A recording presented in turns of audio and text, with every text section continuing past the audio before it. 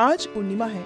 हमारे हिंदू धर्म में पूर्णिमा का विशेष महत्व है। इस दिन भगवान श्री हरि की विशेष पूजा अर्चना की जाती है और इस दिन पवित्र नदियों में या फिर गंगा जल से स्नान करके दान आदि देने से व्रती की सभी मनोकामनाएं पूर्ण हो जाती हैं। आज की इस वीडियो में आप सुने पूर्णिमा की कथा। पूर्णिमा तिथि के दिन जिस भी घर में श्री सत्यनारायण भगवान की कथा का पाठ होता है, उस घर की खुशियों को कभी किसी की नजर नहीं लगती।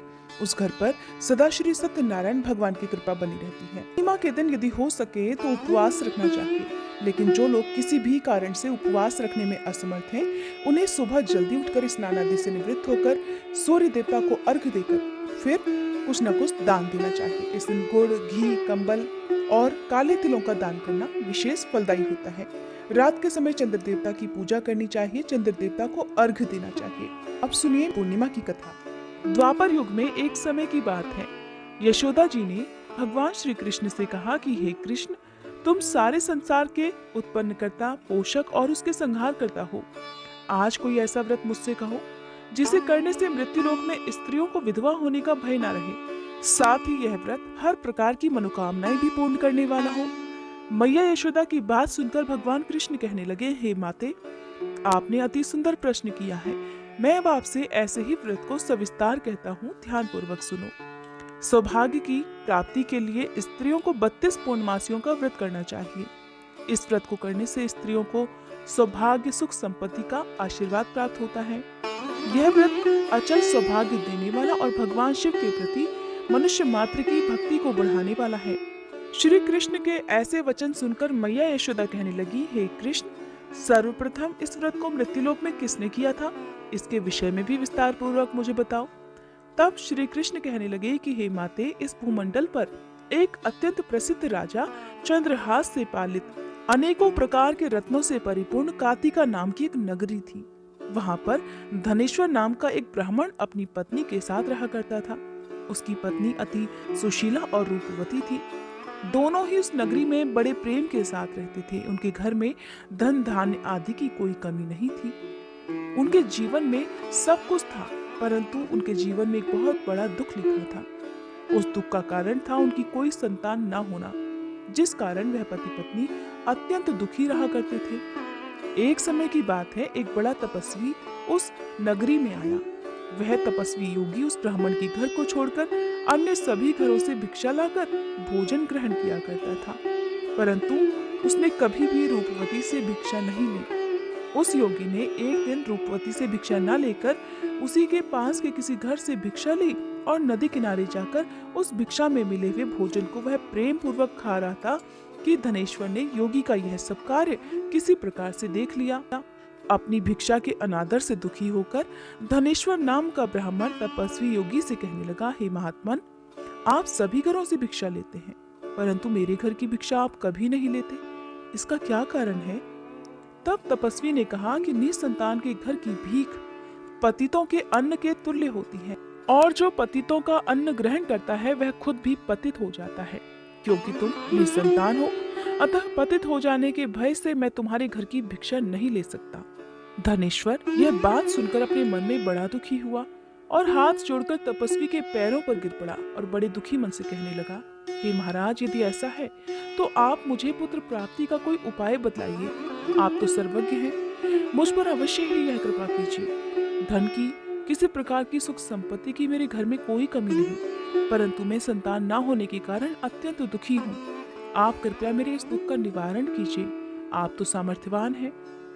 ब्राह्मण की यह बात सुनकर वह तपस्वी योगी कहने लगे कि हे ब्राह्मण, तुम देवी चंडी की आराधना करो। घर जाकर तब उस ब्राह्मण ने अपनी स्त्री से सारा वृतांत कहा और स्वयं तपस्या करने के लिए वन में चला गया। वन में जाकर उसने देवी चंडी की उपासना और उपवास करना प्रारंभ कर दिया। देवी चंडी ने 16वें दिन उसकी तपस्या से प्रसन्न होकर स्वप्न में उसको दर्शन दिए और कहने लगी, हे धनेश्वर, जा, तेरे पुत्र होगा, परंतु वह 16 वर्ष की आयु में ही मृत्यु को प्राप्त हो जाएगा। यदि तुम दोनों पति पत्नी मिलकर 32 पूर्णमासियों का व्रत विधि पूर्वक करोगे, तब तुम्हारा पुत्र दीर्घायु हो जाएगा। जितनी तुम्हारी सामर्थ्य हो, आटे के उतने दिए बनाकर भगवान शिव का पूजन करना। पूर्णिमा के दिन प्रातःकाल इसी स्थान के पास तुम्हें आम का एक वृक्ष दिखाई देगा। उस पर चढ़कर तुम एक फल तोड़कर अपने घर चले जाना और अपनी पत्नी से सारा वृत्तांत कहना। ऋतु स्नान के पश्चात वह स्वच्छ होकर भगवान शिव का ध्यान करके उस फल को ग्रहण कर लेगी, तब उसे भगवान शिव की कृपा से गर्भ ठहर जाएगा। इस प्रकार जब वह ब्राह्मण प्रातःकाल उठा तब उसने उस स्थान के पास ही आम का एक वृक्ष देखा। स्वप्न में मिले आदेश के अनुसार उस ब्राह्मण ने आम के वृक्ष पर चढ़कर उस फल को तोड़ने का प्रयास किया, परंतु कई बार प्रयास करने के बाद भी वह उस वृक्ष पर चढ़ नहीं पाया। अब तो उस ब्राह्मण को बड़ी चिंता होने लगी। तब वह विघ्न विनाशक भगवान गणेश की वंदना करने लगा कि हे दयानिधे, अपने भक्तों के विघ्नों का नाश करके उनके मंगल कार्य को करने वाले, दुष्टों का नाश करने वाले, रिद्धि सिद्धि प्रदान करने वाले, हे गणपति भगवान, आप मुझ पर कृपा करके इतना बल दीजिए कि मैं अपने मनोरथ को पूर्ण कर सकूं। इस प्रकार गणेश भगवान से प्रार्थना करने पर उनके आशीर्वाद से धनेश्वर वृक्ष पर चढ़ गया। तब उसने आम का एक सुंदर फल जो देखा था उसे तोड़ लिया। उसने विचार किया कि जो वरदान से फल मिला था वही यह फल है। उसके बाद उसे और कोई फल उस पेड़ पर दिखाई ही नहीं दिया। तब धनेश्वर उस फल को लेकर अपनी पत्नी के पास आ गया और उसे खाने के लिए दिया।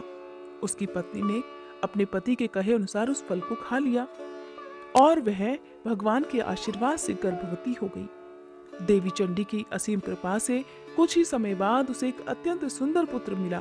पति पत्नी दोनों ने मिलकर पुत्र के जन्म का खूब धूमधाम से उत्सव मनाया। वे दोनों अब बड़े खुश थे। माता पिता के हर्ष और शोक के साथ वह बालक शुक्ल पक्ष के चंद्रमा की भांति अब अपने पिता के घर में बढ़ने लगा। देवी चंडी की कृपा से वह बालक बहुत ही सुंदर, सुशील और विद्या में बहुत निपुण था। देवी की आज्ञा अनुसार उसकी माता ने 32 पूर्णमासी का व्रत रखना प्रारंभ कर दिया ताकि उसका पुत्र बड़ी आयु वाला हो जाए। जब 16वां वर्ष लगा तब देवीदास के माता पिता को बड़ी चिंता हुई कि कहीं उनके पुत्र की इस वर्ष मृत्यु न हो जाए। इसीलिए उन्होंने अपने मन में विचार किया कि यदि यह दुर्घटना उनके सामने हो गई तो वे कैसे सहन कर पाएंगे। तब उन दोनों ने मिलकर देवीदास के मामा को बुलाकर उसे पढ़ने के लिए काशी भेज दिया। सारा प्रबंध करके माता पिता ने काशी जाने के लिए देवीदास को एक घोड़े पर बिठाकर उसके मामा को उसके साथ भेजा। किंतु यह बात उसके मामा या किसी और से नहीं बताई कि देवीदास की उम्र कम है। धनेश्वर ने अपनी पत्नी के साथ अपने पुत्र की मंगल कामना और दीर्घायु के लिए देवी चंडी की पूजा करना और व्रत रखना प्रारंभ कर दिया। इस प्रकार दोनों ने मिलकर 32 पूर्णमासी का व्रत पूरा किया। कुछ समय के बाद एक दिन वह दोनों मामा और भांजे रात में विश्राम करने के लिए किसी गांव में ठहरे हुए थे। उस दिन उस गांव में एक ब्राह्मण की अत्यंत सुंदरी, सुशीला, विदुषी और गुणवती कन्या का विवाह होने वाला था। जिस धर्मशाला के अंदर वर और उसकी बारात ठहरी हुई थी, उसी धर्मशाला में देवीदास और उसके मामा भी ठहरे हुए थे। संयोगवश कन्या को तेल आदि चढ़ाकर मंडप आदि का जो कार्य किया गया, तब लगन के समय वर को धनुर्वात हो गया, जिस कारण वर के पिता ने अपने परिवारजनों से परामर्श करके निश्चय किया कि यह देवीदास मेरे पुत्र जैसा ही सुंदर है, मैं इसके साथ ही लगन करा दूं और बाद में विवाह के अन्य कार्य मेरे पुत्र के साथ हो जाएंगे। ऐसा सोचकर देवीदास के मामा से जाकर वह कहने लगे कि यदि तुम थोड़ी देर के लिए अपने भांजे को हमें दे दो, जिससे विवाह के लगन का सब काम पूरा हो सके। तब उसका मामा कहने लगा कि जो कुछ भी मधुपर्क आदि कन्यादान के समय वर को मिलेगा वह सब हमें दे दिया जाए तो मेरा भांजा इस बारात का दूल्हा बन सकता है। विचार विमर्श करने के बाद ब्राह्मण के पुत्र को विवाह में दूल्हा बनाकर मंडप में बैठा दिया गया। उसके साथ सभी विवाह कार्य रात्रि में विधि पूर्वक संपन्न हो गए। पत्नी के साथ वह भोजन नहीं कर सका और मन में सोचने लगा, मेरी बात न जाने इस स्त्री का क्या होगा। ऐसा सोचकर वह बड़ा दुखी और उदास हो रहा था। तभी उसकी पत्नी ने पूछा कि क्या बात है, आप इतने उदास और दुखी क्यों हो रहे हैं। तब उसने वो सब बातें जो वर के पिता और उसके मामा में हुई थी उस स्त्री को बतला दी। तब वह कहने लगी, यह ब्रह्म विवाह के विपरीत हो कैसे सकता है। देव, ब्राह्मण और अग्नि के सामने मैंने आपको ही अपना पति बनाया है, इसलिए आप ही मेरी पत्नी हैं और मैं आपकी ही पत्नी रहूंगी। किसी अन्य की पत्नी मैं बिल्कुल नहीं बन सकती। तब देवीदास ने कहा, ऐसा मत करो, क्योंकि मेरी आयु बहुत थोड़ी है। मेरे बाद आपकी क्या गति होगी, इन बातों को अच्छी तरह से विचार लो। परंतु वह स्त्री दृढ़ विचार वाली थी। कहने लगी, जो आपकी गति होगी वही मेरी भी होगी, इसलिए हे स्वामी उठिए और भोजन करिए, आप निश्चय ही भूखे होंगे। इसके बाद देवीदास और उसकी पत्नी दोनों ने मिलकर भोजन किया और शेष रात्रि वे इसी तरह से बातें करते रहे। प्रातःकाल जागने पर देवीदास ने अपनी पत्नी को 3 नगों से जड़ी हुई एक अंगूठी दी और एक रुमाल दिया और कहने लगा, हे प्रिय, इसे अपने पास रखो और संकेत समझकर स्थिर मन हो जाओ। मेरा मरण और जीवन जानने के लिए तुम्हें एक पुष्प वाटिका बनानी होगी। उसमें सुगंधि वाली एक नव मल्लिका लगा दो और उसको प्रतिदिन जल से सींचना और आनंद के साथ तुम अपने घर में रहो और उत्सव मनाओ। जिस समय और जिस दिन मेरे प्राणांत होगा अर्थात मेरी मृत्यु नजदीक होगी, उस दिन ये सारे फूल और वाटिका सूख जाएंगी और जब ये फिर से हरे हो जाएं तब जान लेना कि मैं जीवित हूँ। ये बात निश्चय करके समझ लेना कि इसमें कोई संशय नहीं। ऐसा समझाकर वह वहां से चला गया। प्रातःकाल होते ही वहां पर गाजे बाजे बजने लगे और जिस विवाह के कार्य समाप्त करने के लिए वर और सभी बाराती मंडप में आए, तब कन्या ने वर को भली प्रकार से देकर अपने पिता से कहा कि ये मेरा पति नहीं है। मेरा पति तो वही है जिसके साथ में रात्रि के समय मेरा पानी ग्रहण हुआ था। इसके साथ तो मेरा विवाह ही नहीं हुआ है। यदि ये वही है तो बताए कि मैंने इसको क्या दिया। मधुपर्क और कन्यादान के समय जो मैंने भूषण आदि दिए थे उन्हें दिखाए और रात में मैंने क्या गुप्त बातें कही थी वो सब भी बताए। तब पिता ने उसके कथनानुसार वर को बुलवाया। कन्या की वो सब बातें सुनकर वह कहने लगा कि मैं इस बारे में कुछ नहीं जानता। इसके पश्चात लज्जित होकर वह वर अपना सा मुंह लेकर वहां से चला गया और सारी बारात भी अपमानित होकर वहां से लौट गई। तब भगवान कृष्ण कहने लगे, हे मैया, इस प्रकार देवीदास काशी विद्या अध्ययन के लिए चला गया। जब कुछ समय बीत गया तब काल से प्रेरित होकर एक दिन एक सांप रात के समय उसको डसने के लिए वहां पर आया। उस विषधर के प्रभाव से उसके सोने का स्थान चारों ओर से विष की ज्वाला से विषैला हो गया, परंतु व्रत रखने के प्रभाव से उसको वह सांप डस नहीं पाया, क्योंकि पहले ही उसकी माता ने 32 पूर्णिमा का व्रत धारण किया हुआ था। इसके बाद मध्याह्न के समय स्वयं काल वहां पर आया और उसके शरीर से उसके प्राणों को निकालने का प्रयास करने लगा, जिससे वह मूर्छित होकर धरती पर गिर पड़ा। भगवान की कृपा से उसी समय देवी पार्वती के साथ भगवान शिव वहां पर आ गए। उसको मूर्छित दशा में देखकर देवी पार्वती ने भगवान शिव से प्रार्थना की थी, हे भोलेनाथ, इस बालक की माता ने पहले ही 32 पूर्णिमा का व्रत किया है, जिसके प्रभाव से हे भगवान अब आप इसको प्राणदान दे दीजिए। देवी के इस प्रकार निवेदन करने पर भोलेनाथ ने उस बालक को प्राणदान दे दिया। इस व्रत के प्रभाव से काल को भी पीछे हटना पड़ा और देवीदास स्वस्थ होकर उठ बैठा। उधर उसकी पत्नी उसके काल की प्रतीक्षा किया करती थी। एक दिन जब उसने देखा कि उस पुष्प वाटिका में पत्र पुष्प कुछ भी नहीं रहे, तब उसे अत्यंत आश्चर्य हुआ और जब वह वैसी ही हरी भरी हो गई, तब वह समझ गई कि उसके पति पर छाया संकट दूर हो चुका है। वो बड़ी प्रसन्न मन से अपने पिता के पास जाकर कहने लगी कि पिताजी, मेरे पति जीवित हैं, अब आप उनको ढूंढिए। जब 16वां वर्ष बीत गया तब देवीदास भी अपने मामा के साथ काशी से चल दिया। इधर उसके ससुर उसको ढूंढने के लिए अपने घर से जाने ही वाले थे कि वे दोनों मामा भांजे ठीक वहीं पर आ गए। उन्हें अपने घर पर आया देखकर उसका ससुर बड़ी प्रसन्नता के साथ अपने घर में उन दोनों को ले आया। उस समय नगर के निवासी भी वहां इकट्ठे हो गए और सभी ने निश्चय किया कि अवश्य ही इस बालक के साथ इस कन्या का विवाह हुआ था।